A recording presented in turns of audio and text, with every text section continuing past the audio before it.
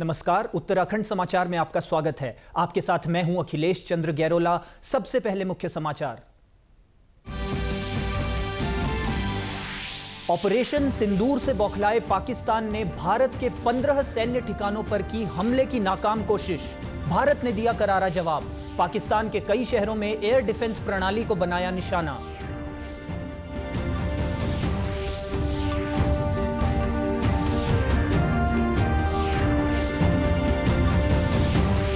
Uttarkashi helicopter हादसे पर मुख्यमंत्री पुष्कर सिंह धामी ने जताया दुख।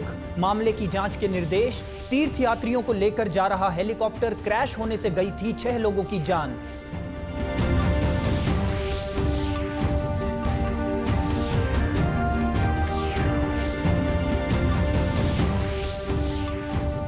और गोविंद वल्लभ पंत विश्वविद्यालय पंतनगर का बेहतरीन कदम।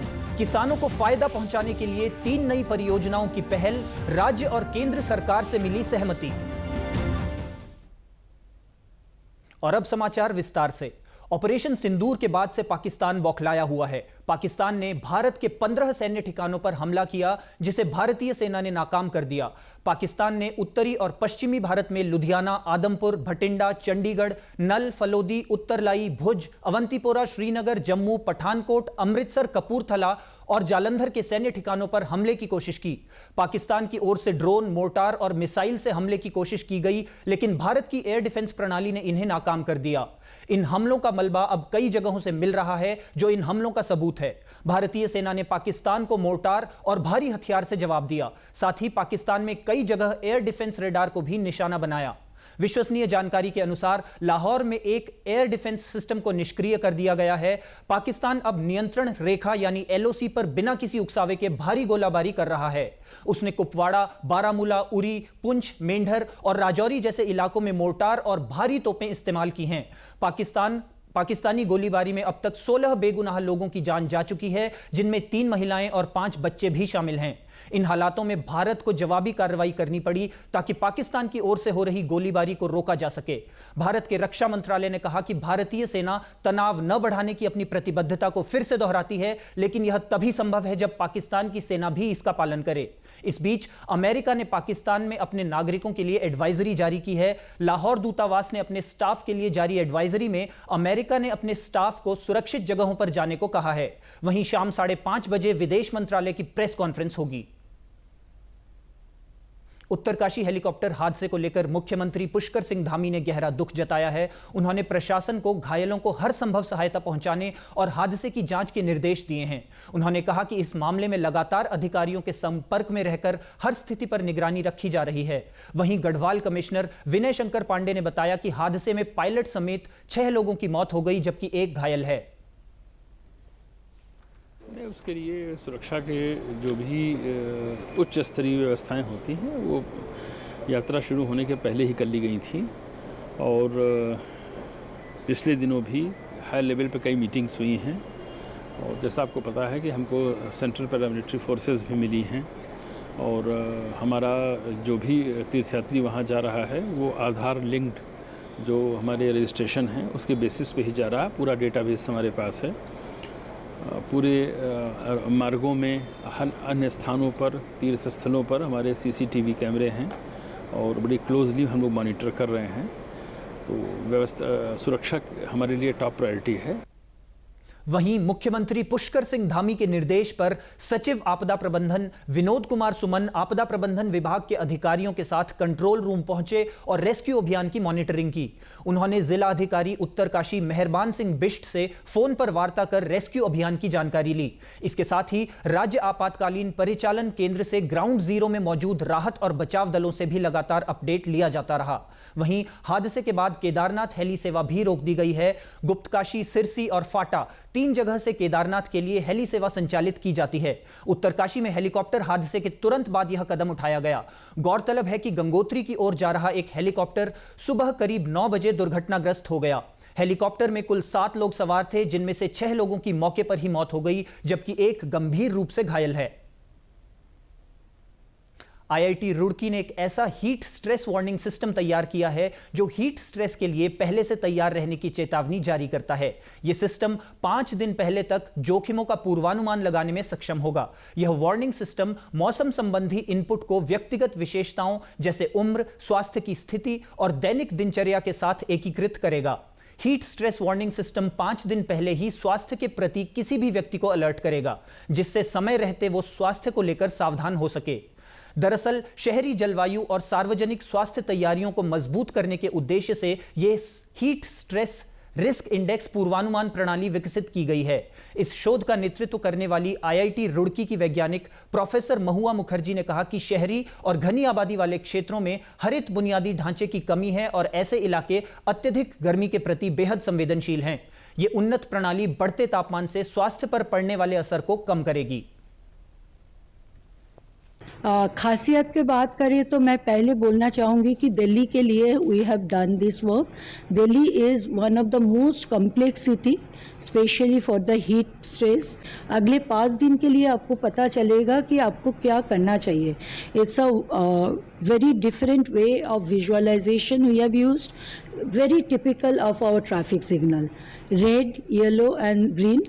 एंड रेड के मतलब आपको उसमें बिल्कुल मना है, आपको करना नहीं चाहिए। आप जो भी एक्टिविटी करें, जो the way you are living your life, that has to be really rechecked. And green के मतलब आप कर सकते हो।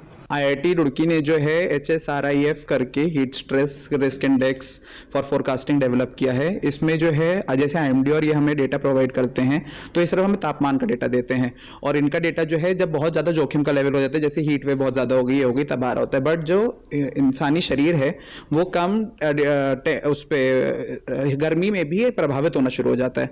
तो उसके कारणवश जो है हम लोग ने एक डेवलप किया इंडेक्स, जिसमें हम लोग बहुत सारे पैरामीटर्स या बहुत सारे जो चीज़ें हैं, जैसे अपना टेम्परेचर हो गया या तापमान, नमी हो गई, हवा कितनी चल रही है, सूरज का प्रभाव कितना है, आप कपड़े कैसे पहनते हो। अल्मोड़ा स्थित सोबन सिंह जीना विश्वविद्यालय परिसर GIS एवं रिमोट सेंसिंग विभाग में emerging trends and challenge in Jio information विषय पर संवाद कार्यशाला का आयोजन किया गया। कार्यशाला में IIT खड़गपुर के प्रोफेसर मुकुंद बेहरा और विशिष्ट अतिथि प्रोफेसर सतपाल सिंह बिष्ट शामिल हुए। इस कार्यशाला में छात्र छात्राओं को उत्तराखंड में प्राकृतिक संसाधन और डेटाबेस प्रबंधन प्रणाली की जानकारी दी गई। विश्वविद्यालय के कुलपति प्रोफेसर सतपाल सिंह बिष्ट ने GIS और रिमोट सेंसिंग के बहुक्षेत्रीय प्रयोग पर चर्चा की। वहीं IIT खड़गपुर के प्रोफेसर मुकुंद बेहरा ने emerging trends and challenge in Jio information विषय पर विस्तृत व्याख्यान दिया।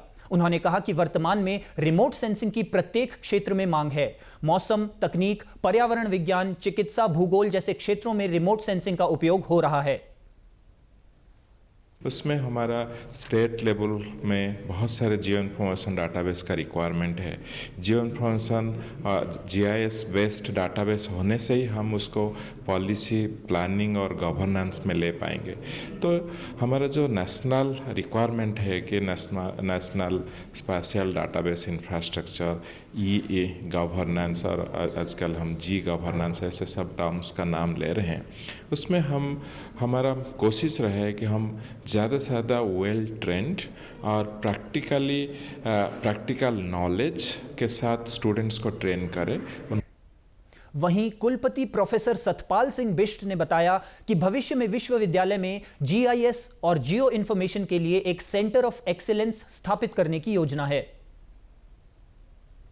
हम सोच रहे हैं कि इसके बाद जो नेक्स्ट स्टेप होगा उस शोभन सिंह जीना यूनिवर्सिटी में centre of excellence in GIS science and Jio information खोलने के लिए, जिसका प्रथम चरण जो है मैं पूरा कर चुका हूं। मैं गवर्नर साहब माननीय महामहिम गुरमीत सिंह जी के सामने प्रस्तुत कर चुका हूं। उसका फाइनल स्टेज का जो प्रेजेंटेशन है वो इसी महीने आखिरी तक होना है।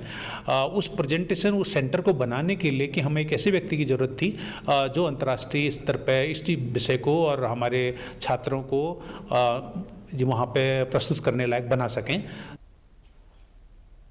पंतनगर स्थित गोविंद वल्लभ पंत कृषि एवं प्रौद्योगिकी विश्वविद्यालय ने किसानों के लाभ और कृषि आधारित पर्यटन को बढ़ावा देने के लिए 3 महत्वपूर्ण परियोजनाओं की पहल की है। इसके तहत विश्वविद्यालय ने किसानों की मदद के लिए उन्नतशील प्रजातियों के आलू बीज उत्पादन की परियोजना की DPR केंद्र सरकार को प्रस्तुत की है। विश्वविद्यालय के निदेशक शोध डॉक्टर अजीत सिंह नैन ने बताया कि आलू के अच्छे बीजों की कमी के चलते इसकी खेती कम हो गई है। इसको देखते हुए उन्नतशील नवीन आलू बीज उत्पादन की परियोजना की पहल की गई।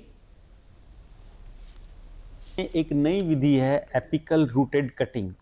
तो उसमें क्या है कि जो एपिकल पार्ट होता है ऊपर वाला, जिसको हम ऊपर का जो सॉफ्ट स्टेम होता है, उसको कट करके और उसी से प्लांट बनाते हैं। तो पहले टिश्यू कल्चर से जो है ना प्लांट बनाते हैं, फिर उसको जो है ना हार्डनिंग करते हैं और फिर उसी से जो है ना हम ऊपर का कट करके प्लांट बनाते हैं। तो इस विधि को अपनाते हुए हम आलू का सीड प्रोडक्शन करेंगे और डिजीज फ्री करेंगे, क्वालिटी का करेंगे और उन वैरायटीज़ का करेंगे जिनकी उत्पादकता अच्छी है और जो इस इलाके में आराम से हो सकती है।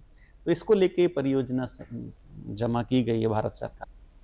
वहीं राज्य में कृषि आधारित पर्यटन को बढ़ावा देने और युवाओं को पर्यटन के लिए प्रशिक्षित करने के लिए पंतनगर में परियोजना की जल्द शुरुआत होगी। इसको लेकर कुलपति, राज्य और केंद्र सरकार के बीच सहमति हो चुकी है। एग्रो टूरिज्म का हमारे स्टेट में बहुत ही बड़ा रोल हो सकता है। इसका स्कोप बहुत ज़्यादा है। उत्तराखंड का यूथ, उसको टूरिज्म के बारे में सिखाया जाए, कैसे टूरिज्म के, एग्रो टूरिज्म के मॉडल बनाए जाते हैं, कैसे आप अपने टूरिस्ट को बेटर सर्व कर सकते हैं, कैसे आप उनको होमली फील करा सकते हैं यहाँ। तो जब ये सारी चीज़ें होंगी, एक ये मूवमेंट खड़ा होगा, तो जब फैसिलिटीज़ होंगी तो टूरिस्ट आएंगे तो हमारे यूथ को फ़ायदा होगा। हमारे वहीं तीसरी परियोजना के रूप में प्रदेश के पारंपरिक मोटे अनाज में मांग के अनुसार बाजार उपलब्ध कराने और भारतीय सेना को आपूर्ति करने पर विचार किया जा रहा है। हम लोग ऐसा प्लान कर रहे हैं कि हम इस तरह के process product, value added products बनाएंगे जिनकी एक्सेप्टेबिलिटी मार्केट में बढ़ेगी और साथ साथ में भारतीय सेना में भी बढ़ेगी। तो उसको लेके भी चर्चा हुई और इस पहल को भी राज्य सरकार और भारत सरकार ने सराहा है और हमें आशा है, बल्कि पूर्ण विश्वास है कि हमें आने वाले समय में इस परियोजना के लिए भी जो रिसोर्सेज की ज़रूरत पड़ेगी वो हमें भारत सरकार उपलब्ध कराएगी। इसी के साथ अभी तक के समाचार समाप्त हुए। दूरदर्शन समाचारों से जुड़े रहें। मिलते हैं फिर शाम 6:30 बजे के बुलेटिन में। नमस्कार।